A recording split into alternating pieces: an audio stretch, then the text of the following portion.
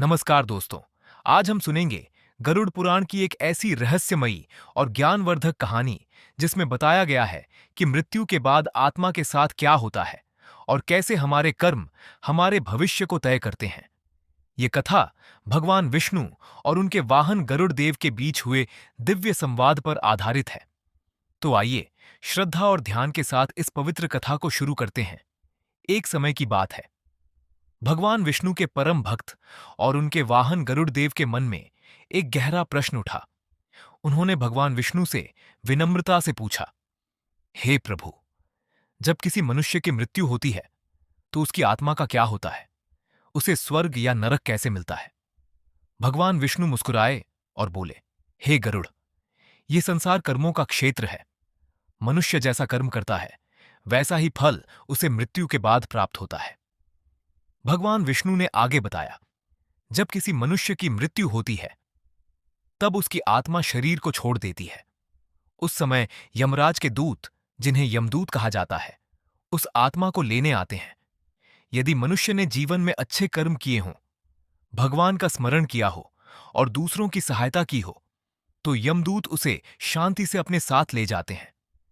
लेकिन यदि व्यक्ति ने पाप किए हों, दूसरों को कष्ट दिया हो, झूठ बोला हो या धोखा दिया हो, तो यमदूत उसे कठोरता से अपने साथ ले जाते हैं।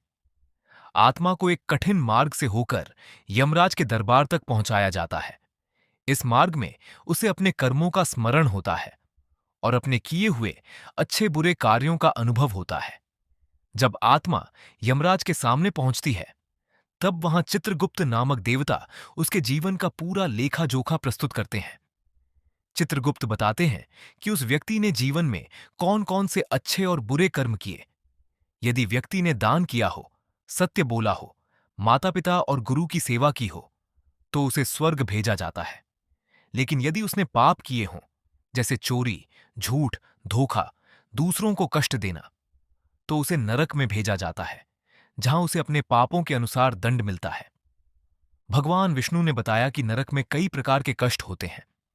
हर पाप के लिए अलग अलग दंड निर्धारित है।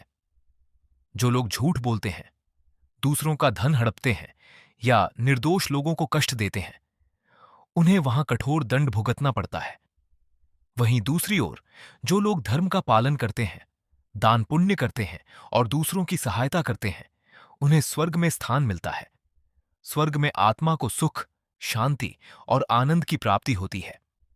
भगवान विष्णु ने अंत में गरुड़ देव से कहा, हे गरुड़, मनुष्य को चाहिए कि वह जीवन में हमेशा अच्छे कर्म करे, सत्य का पालन करे और दूसरों की सहायता करे, क्योंकि मृत्यु के बाद केवल उसके कर्म ही उसके साथ जाते हैं।